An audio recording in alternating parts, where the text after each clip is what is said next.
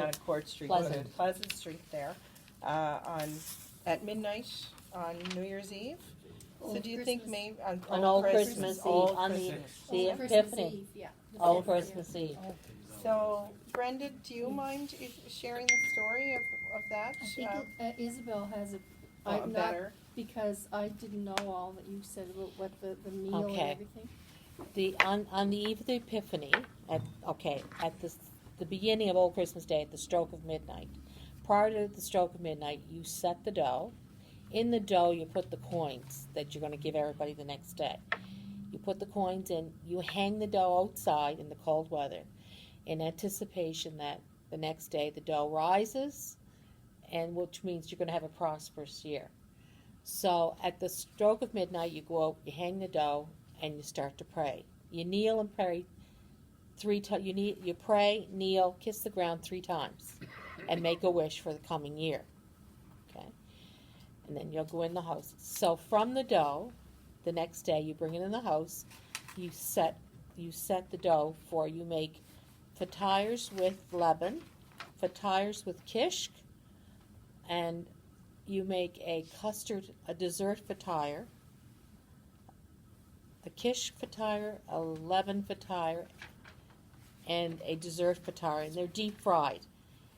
The kishk fatire is the leaven fatire is like the triangle, like we always make, and the kishk fatire is more closed, and the custard fatire is like a half moon, which you twist, you round it off, fold it over, and you twist it, and it's all deep fried, and that's your meal for Old Christmas Day.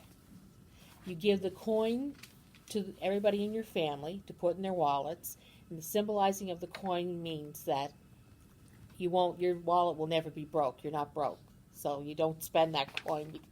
That keeps your wallet. Yeah. So what are the 3 different types of kish today? The meat. Or today? What? The 3 different desserts, Yeah, like yeah, the 2 main. why 3? What do they mean? I don't know the meaning. They automatically would just make these 3 dishes. Now my mother did that a little different.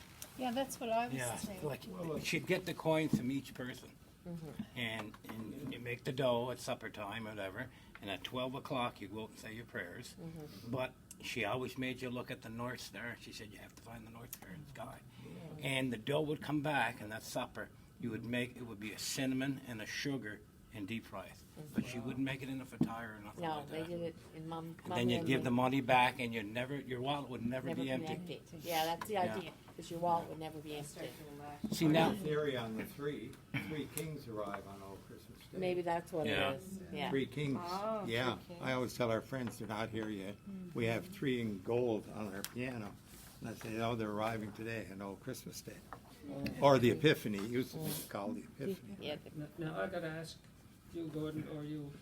I gotta ask you about what we mentioned the last time, that Brenda heard that when you're out there that night and you're praying at that stroke of midnight, all the animals kneel. Anybody else hear that? well, I guess it's just I heard something similar Yeah. to that. yeah, something like That's when the what I Lord was just- born, kind of thing. Yeah. But you know what's funny, Charlene? Like, we're going back in time to when our ancestors came. But how far did our ancestors come? Like, your mother didn't come over until the 50s. My mother didn't come over until the 50s. And my mother came over in 1951, and she came by boat And my mother through did Pier too. 21. Yeah, her uncle, Uncle Joe, native. And I said to my mother, I said, why did you come to Canada? She said, Mrs. Native with my aunt. Yeah, she That's sent why for she her. came. Yeah.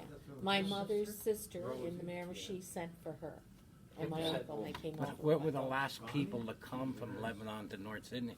Who were the last? Well, who would be? Would it be the 50s, the 60s, the 70s? No, there's still people came in the, Yeah, people But- came related to us, though. related to me, Yeah, or any one of us. Somebody said throw the pigeon in the brook. the quarries, Miss in the Andrews late, said, "Oh, I'll make pigeon pie." early 80s was, I think, about the last that I can remember, yeah. Nobody else.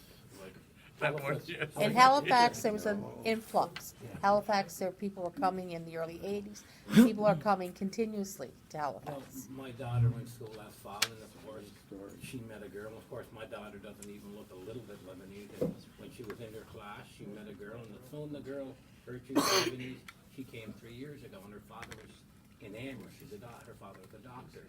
And, you know, she was talking about some of the things that they cook, and of course, my daughter would hear the same thing from her city, right? So Yeah. it was so funny, you know, and that's Well, a new generation. Can I interject, Paul? What was Yeah. your dad's name? Gordon was just asking. Mickey. Mickey. Oh, Mickey, yeah, I Right, knew okay, Mickey, yeah. right. Paul, Mickey my Jabbit, when my mother's siblings came all here to sit, well, New Brunswick, and then they came back and stayed here. I just want to take them around. But my that. mother's family's in, See?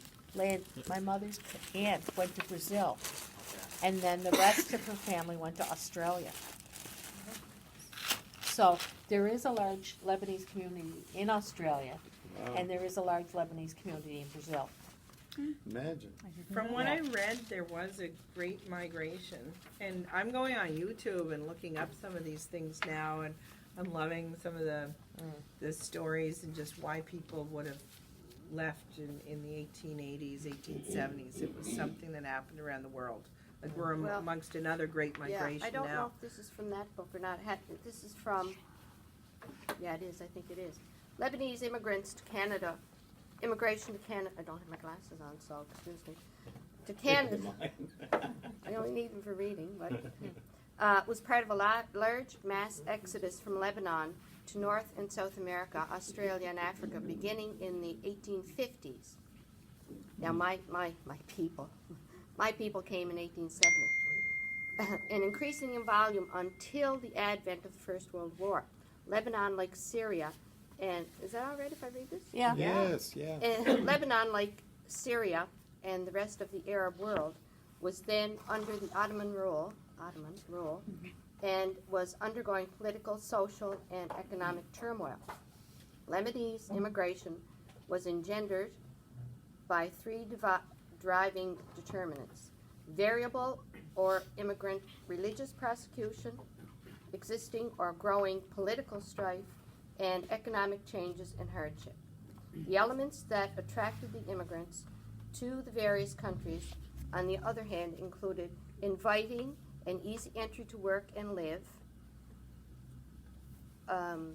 the news of freedom and social and economic prosperity, and encouragement and assistance promised by family and friends who had already immigrated. As nationality in the modern sense of the word was at that time not ascertained, Lebanese and other immigrants from the Northeast, who